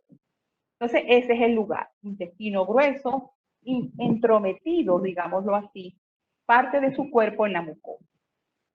¿Cómo nos infectamos con trichuris? A través de un mecanismo pasivo oral, ingesta de alimentos y aguas contaminados con los huevos, que aquí también tienen que estar embrionados, no fecundados solamente, embrionados, que ya tengan adentro una larva. Aquí vamos a ver el ciclo de trichuris, que es sumamente sencillo. Este es el que todo el mundo pide que le salga en el examen cuando se hacen los exámenes de desarrollo, porque es un ciclo muy directo. Como podemos ver acá, una persona infectada que tiene adultos en su interior, que son estos que están aquí, expulsa con la materia fecal los huevos, que son huevos fértiles. Ya dijimos que son geohelmintos, ese huevo tiene que caer al suelo. En el suelo va a evolucionar y se va a formar en el interior una larva. Este huevo ahora con la larva adentro se llama huevo embrionado y este huevo embrionado contamina agua o alimentos y otra persona más adelante los ingiere. ¿Qué va a pasar aquí? También en el estómago se rompe la cutícula del huevo, se libera la larva, pero esta larva no necesita migrar, esta larva no es tan exigente como la de Ascaris. Ella se queda en ese lugar, ella pasa por acá, por el intestino delgado. A medida que pasa por intestino delgado, por supuesto, va evolucionando. Y cuando llega a intestino grueso, ya entonces ella o él, porque puede ser hembra o macho, ya son adultos. En el intestino grueso se van para el sitio que les gusta, que es ciego y apéndice, y entonces allí copulan y la hembra vuelve a colocar huevitos que reinician. ¿Cómo se dan cuenta trichuris? No hace migración por pulmones, corazón, no. Ella es eminentemente de ciclo directo a nivel de intestino. Ella no hace esa migración, por lo tanto no provoca muchas de las manifestaciones que sí provoca Ascaris. Vamos a ver aquí. Forma evolutiva infectante, igual que Ascaris, el huevo embrionado. y forma evolutiva diagnóstica los huevos en la materia fecal, que es lo que generalmente se estudia en un paciente sospechoso. Noten que yo no les coloco los adultos de trichuris acá, porque generalmente ellos no se sueltan de la mucosa intestinal. O sea, ellos no están en la luz como Ascaris. Es muy difícil que sin tratamiento con medicamentos el parásito se suelte. Entonces ellos no salen con la materia fecal frecuentemente. Por eso es que ellos no es tan común que sean forma evolutiva diagnóstica. Ellos están metidos en la mucosa y les gusta estar metidos ahí. O sea, metido parte de su cuerpo. ¿Cuáles son las manifestaciones clínicas? Algunos niños pueden ser asintomáticos. Esta también es una parasitosis muy frecuente en infantes. ¿Okay? Y cuando hay síntomas, estos son eminentemente digestivos, porque ya dijimos que el parásito no hace migración. Entonces, entre los síntomas digestivos vamos a tener diarrea, heces mucosanguinolentas, pujo, tenesmo, esa sensación de querer ir al baño y a veces no poder defecar, dolor abdominal, y en las complicaciones tenemos el prolapso rectal. ¿Okay? Vamos a ver ahora unas imágenes de lo que es el prolapso rectal provocado por trichuris. La infección por trichuris se llama trichuriasis o tricurosis. ¿Okay? Hay gente que la llama tricocefalosis, pero recuerden que el nombre científico es trichuris.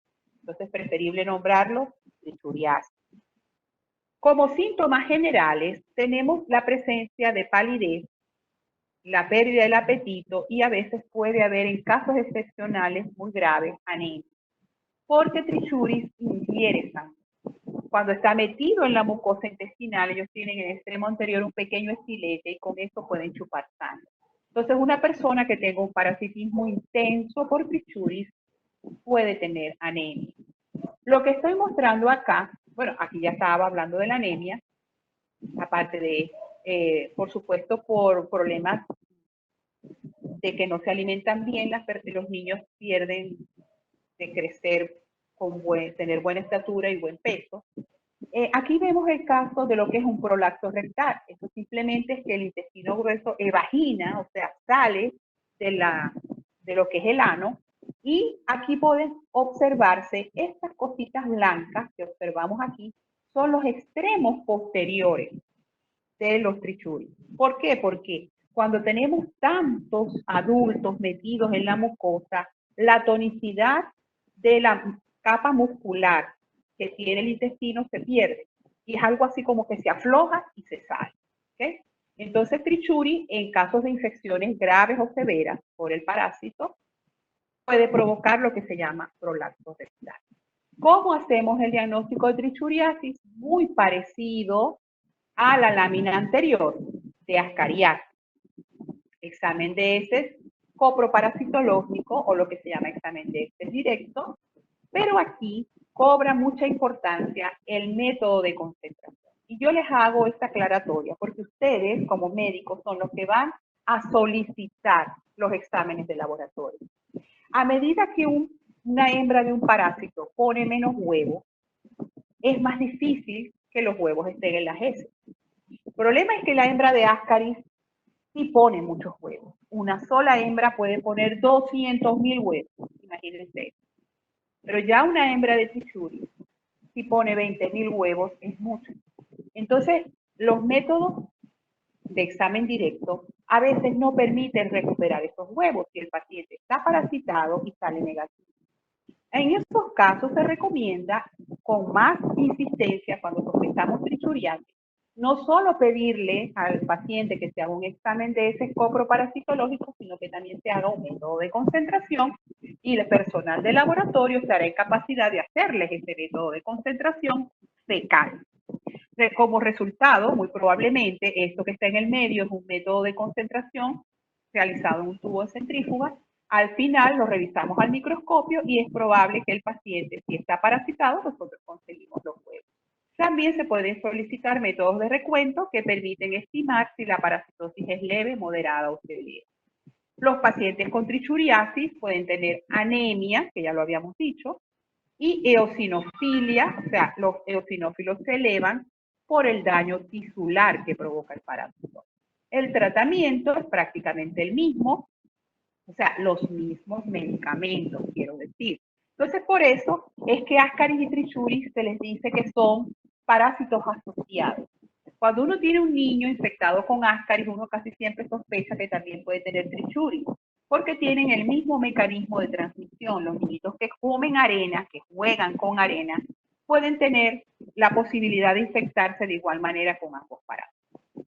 Entonces, se tratan con los mismos medicamentos, mejor todavía. ¿Okay? También podemos aplicar un tratamiento para la anemia. Recuerden entonces que habría que indicarles no solo el antiparasitario, sino también los suplementos de hierro si el paciente, cuando le hagan una hematología, presenta también anemia.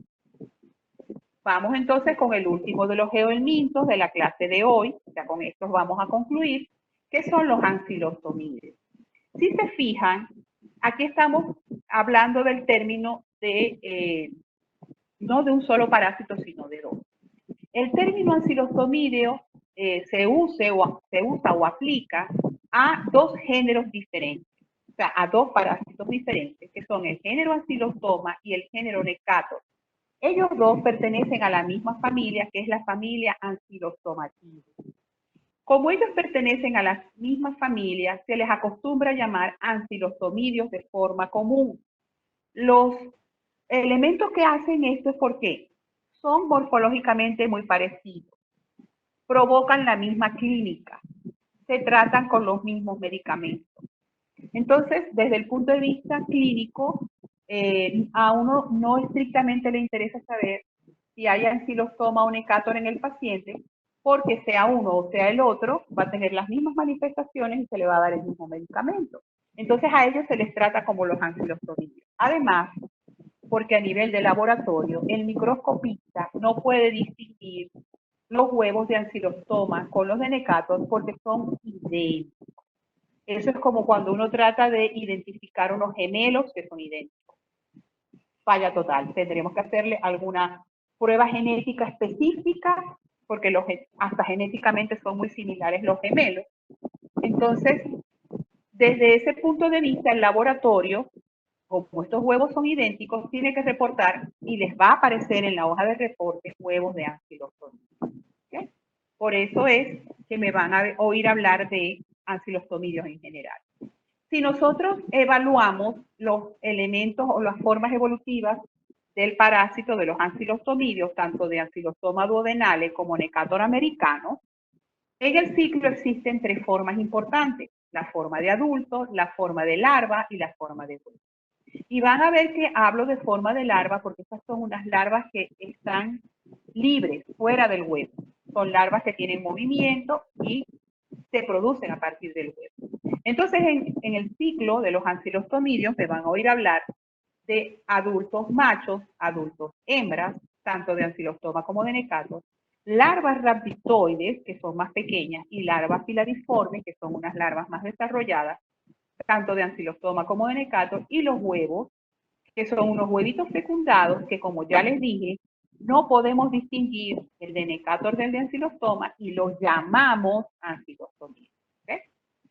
Entonces, muy por encimita, para que tengan una idea de cómo son los adultos, las diferencias más importantes entre estos dos nemátodes o geohelmintos es que ancilostoma duodenale en el extremo anterior tiene una cápsula con dos pares de dientes a cada lado. Si se fijan, estos son dientes literales. Esos dientes ellos los incrustan en la mucosa y con esos dientes se enganchan a la mucosa. ¿Okay? Entonces, ancilostoma duodenale tienen su cápsula bucal, dos dientes a cada lado de la línea media. Si hablamos de Necator americano, él también tiene una cápsula bucal, pero no tiene dos pares de dientes a cada lado, sino que tiene unas láminas cortantes. Esto que está aquí es una lámina del lado derecho y otra lámina del lado izquierdo. Esas láminas igualito se enganchan en la mucosa intestinal y, por supuesto, provocan daño a este nivel. Los adultos de ancilostoma duodenales son pequeñitos. Fíjense que ya estos miden milímetros. Son muy, muy pequeñitos. Se pueden ver a simple vista, pero son chiquititos. Entonces, las hembras que siempre son más grandes están entre el centímetro y 1.8 centímetros, o sea, casi que miden 2 centímetros. El macho sí es más pequeñito. La hembra termina en forma cónica al final. El macho termina en una estructura que parece como una colita de pescado, que se le llama bolsa copulatriz y la vamos a ver en unas imágenes más adelante. Necator americano, que es el que tiene las láminas cortantes en la cápsula bucal, también es pequeño, incluso es más pequeño que Ancylostoma duodenale, y la hembra, por supuesto, siempre es más grande que el macho. Esto tiene una explicación biológica. La hembra tiene la actividad de reproducción. Las hembras son más fuertes y son más grandes, en este caso. Entonces, también tiene la hembra en el extremo posterior, termina en forma cónica, y el macho tiene una bolsa copulativa. ¿Ves? Aquí. Entonces, las diferencias más notables a nivel del extremo anterior, quien tiene dientes es Ancylostoma, quien tiene placas es Necator. Los machos terminan en bolsa copulatriz y las hembras terminan en punta. Aquí tenemos unos dibujitos en donde logramos ver entonces los extremos posteriores. Esto que está aquí es la bolsa copulatriz. De ahí emergen unas espículas, que son estas dos cuitas que salen del cuerpo del parásito. Esta es la hembra de Ancylostoma duodenale, que termina en forma cónica y tiene una pequeña espinita que llaman mucro en el extremo posterior. Necator americano, tenemos aquí la hembra que termina en forma cónica pero sin espinita, sin mucro. Y el macho también tiene una bolsa copulatriz, que es como una colita de pescado, y tiene unas espinas o espículas que convergen al final. ¿Okay? Aquí tenemos una imagen que se hizo con una endoscopia, donde conseguimos el cuerpo de los ancilostomidios y el extremo anterior totalmente sostenidos de la mucosa a través de los ganchos, si es ancilostoma, y de las de las placas en el caso de Necator. La otra forma evolutiva que tienen ambos parásitos son las larvas rhabditoides, que son estas pequeñitas que están acá, y las larvas filariformes, que aquí están recortadas, que después se las voy a mostrar mejor. Las larvas son microscópicas, esas no las vamos a ver, ¿ok? Ni las rhabditoides ni las filariformes, porque las rhabditoides miden 250 micras y las filariformes miden 500. Aquí hay unas imágenes al microscopio. Esta es una de la izquierda, la chiquitita, es una larva rhabditoide, y la más larga y más finita, que está a la derecha, es la larva filariforme. Aquí tenemos el huevo, que es la otra forma evolutiva. Fíjense que tiene una forma redondeada o elipsoidal. Tiene una cutícula sumamente fina, a diferencia de las cutículas que vimos en los otros huevos. Y en el interior se observan unas células que se llaman blastómeras. Aquí se ven más oscuritas las blastómeras. Pero fíjense que el borde del huevo es sumamente delicado. Eso es lo que se ve al microscopio. ¿Cuál es el hábitat de estos parásitos? O sea, tanto de Ancylostoma duodenale como de Necator americano. El intestino delgado, principalmente a nivel del yeyuno. Entonces, si nosotros recopilamos, tenemos de los geohelmintos, que son 3, 2 que viven en el intestino delgado, que son Ascaris y Ancylostomídeos, y uno solo que vive en intestino grueso, que es Lechuga. Pero fíjense que el mecanismo de transmisión es totalmente diferente a los mecanismos de transmisión anteriores. Aquí el mecanismo de transmisión, fíjense que es activo cutáneo, es decir, la larva penetra la piel. La larva filariforme, que es la larva la más grande, la más evolucionada, tiene la capacidad con unas enzimas que tienen el extremo anterior de romper el tejido, y por eso es que penetran por la piel. Y aquí tenemos el ciclo evolutivo, tanto de Ancylostoma como de Necator, es totalmente igual. Entonces, un elemento, una persona que tiene alguno de los adultos de Ancylostoma o de Necator, o hasta ambos, lo que pasa es que en Latinoamérica la especie que predomina es Necator. Entonces, póngase que la persona está infectada, tiene los adultos copulan, colocan huevos, la hembra, que los expulsa el humano por las heces, y este es el huevo que se ve en la muestra fecal. ¿Okay? Este es el huevo que nosotros, como no podemos adivinar si es de Ancylostoma o de Necator, lo colocamos como huevo de Ancylostomideo. Este huevo tiene que caer al suelo, porque este es un geohelminto. En el suelo, el huevo evoluciona a formar una larvita en su interior y el huevo se rompe. Quiere decir que la larva queda libre en el suelo.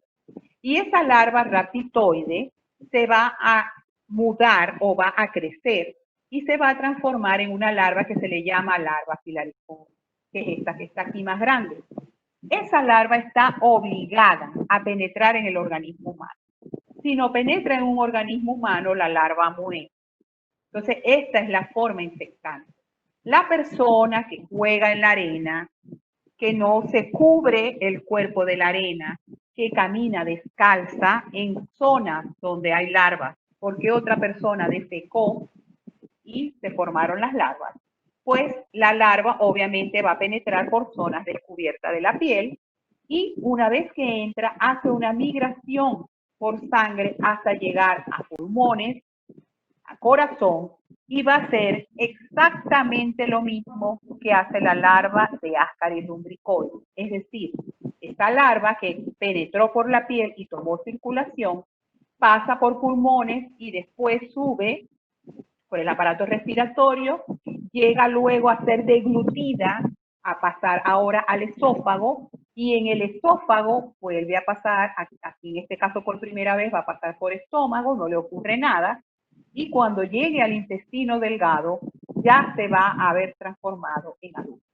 O sea que en esta evolución, obviamente, el gusano, que era una larva, crece y va haciendo mudas hasta que cuando llega a intestino delgado ya son adultos. En el intestino delgado esos adultos van a copular y volvemos a iniciar con el ciclo. Entonces, aquí es muy diferente en este aspecto con los dos parásitos que vimos antes, porque el mecanismo de transmisión es totalmente diferente. Es la penetración de una larva filariforme por piel. Entonces, forma infectante, larva filariforme. ¿Por qué aquí no dice raptitoide? Porque la larva raptitoide no tiene la capacidad, no elimina las enzimas para destruir tejido. Ella no puede penetrar. Y la forma diagnóstica, lo que les va a reportar laboratorio, va a ser el huevo. ¿Cuáles son las manifestaciones? Muy parecidas a las de ascariasis. A veces es difícil que ustedes pueden hacer una discriminación de que esto es ascariasis y no es anquilosomiasis si estamos hablando de síntomas pulmonares, porque prácticamente se producen los mismos síntomas a nivel de pulmón y a nivel de bronquio, que es el síndrome de Leffler. ¿Okay? Fiebre, expectoración, tos. En el caso de ancilostomiasis, además de esto, que es cuando están en pulmón, va a haber una manifestación cutánea. O sea, cuando la larva penetra la piel para ingresar, produce en la zona donde entra dermatitis, prurito, edema. O sea, que puede haber una pequeña lesión o varias pequeñas lesiones si penetraron varias larvas. Entonces, ese fenómeno de esa lesión, incluso a veces se notan pequeños surquitos de corta trayectoria, porque esa larva en principio puede caminar entre la epidermis y la dermis hasta que consigue la circulación. Y a eso se le llama larva curre, a ese síndrome que hay como pequeños caminitos en la piel. Entonces, las manifestaciones clínicas primarias son las cutáneas cuando infecta la larva. Luego están las pulmonares cuando pasa por pulmón. Y luego tenemos las manifestaciones ya intestinales cuando los adultos están en el intestino, que son diarrea. Puede haber hemorragia porque el parásito muerde o rompe la mucosa. Y el parásito también ingiere sangre. O sea que en ese particular se parece a trichuris, ingieren sangre. Por eso, como manifestación general, podemos tener anemia. Eso se ve sobre todo cuando la parasitosis es intensa, o sea, cuando tiene muchos adultos. Si la persona tiene pocos adultos, no hay anemia. Aquí están las manifestaciones. Esto que se ve aquí, esto pequeñito, es como un caminito de larva currens, que es mientras todavía la larva no consigue la circulación. ¿Okay? ¿Y cómo se hace el diagnóstico? muy parecido a los anteriores, el examen de heces directo es lo primero que ustedes solicitan. Pero aquí el cuadro cada vez es peor. Las hembras de Ancylostoma y Necator colocan menos huevos todavía que los huevos que colocaba Trichuri. Entonces ya ahora vamos a tener hembras que ponen por día, cada hembra puede poner si la hembra de Ascaris ponía 200.000 y la de Trichuri ponía 20.000, esta apenas logran colocar unos 2.000, 2.500 huevos, que es prácticamente nada en comparación con las anteriores. Entonces, con más necesidad todavía tienen ustedes que solicitar métodos de concentración fecal para asegurarse que realmente el paciente no presente esta parasitosis.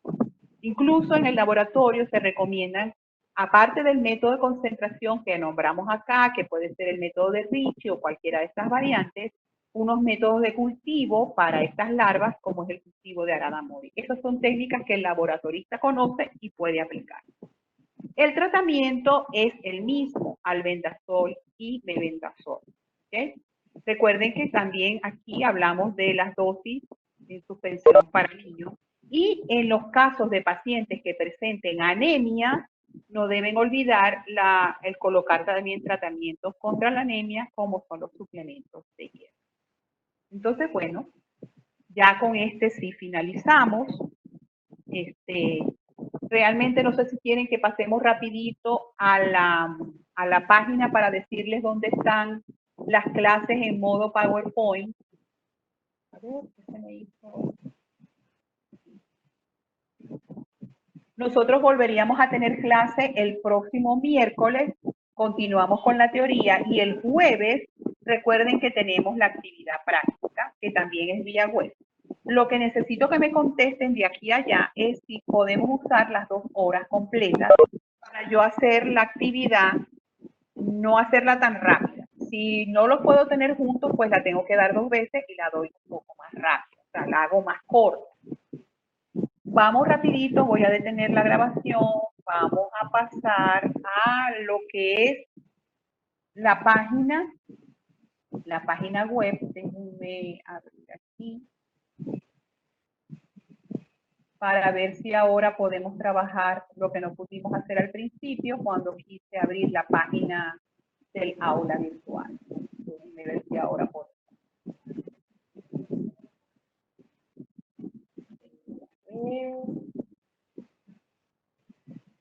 Un poquito lenta, déjenme ver que logramos. Plataforma virtual. Vamos a ver. Si hay alguna duda, por favor, mientras me abre la página, cualquier cosita, abran el micrófono y me dicen.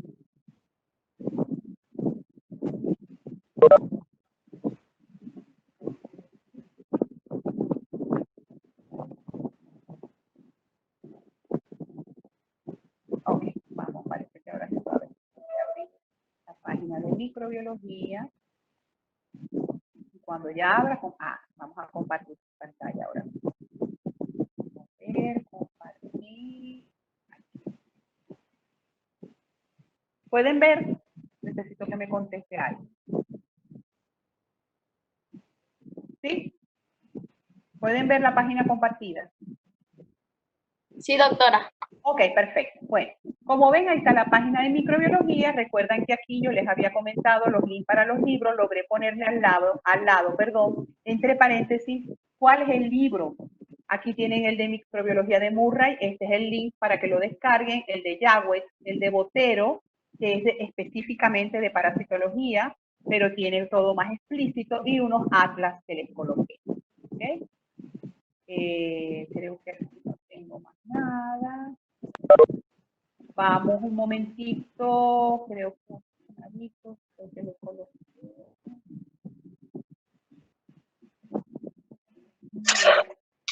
Doctor, buenas tardes. De todos los 6 libros que usted mandó, ¿cuál va a ser el libro base que nos podemos guiar de una manera así mucho más clara?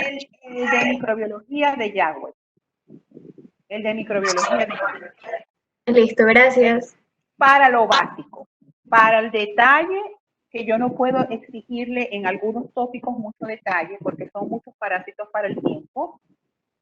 Si quisieran saber por dónde me llevo yo para los detalles de morfología y ciclo evolutivo, es en el libro de Botero, el libro de parasitología de Botero, ¿ya? Porque recuerden un detalle, microbiología de Yagüe tiene todas las áreas, virus, parásitos, hongos y bacterias. Por supuesto, la información siempre está reducida.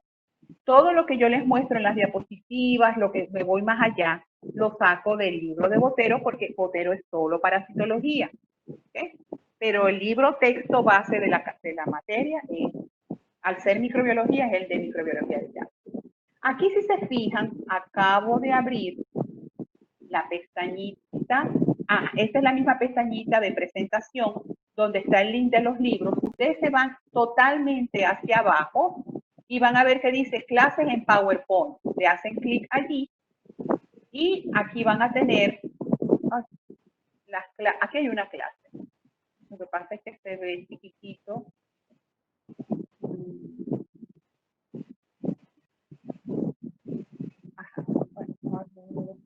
Aquí lo tengo como para editar, pero aquí, en esta carpetita que dice clases en PowerPoint, aquí justamente les coloqué yo, a ver si la puedo abrir.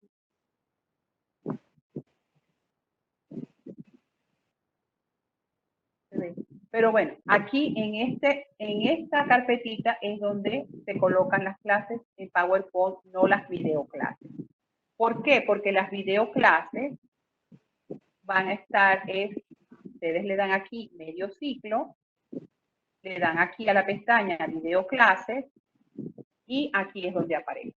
De hecho, aquí ahora tengo que colocarle la segunda clase, el día de hoy y todos los links de los pedacitos porque se volvió fragmentada la clase. ¿Okay? Entonces, allí la tienen. Y aquí mismo les voy a ir colocando algunas de las tareas más adelante. ¿Okay? Aquí donde dice tarea 1, ahí les voy a colocar una tarea más adelante cuando ya hayan visto la actividad práctica. Entonces, bueno, eso era lo que les quería mostrar, donde están colocadas las cosas. Ya entonces nos volvemos a conseguir el próximo miércoles, que vamos a seguir con los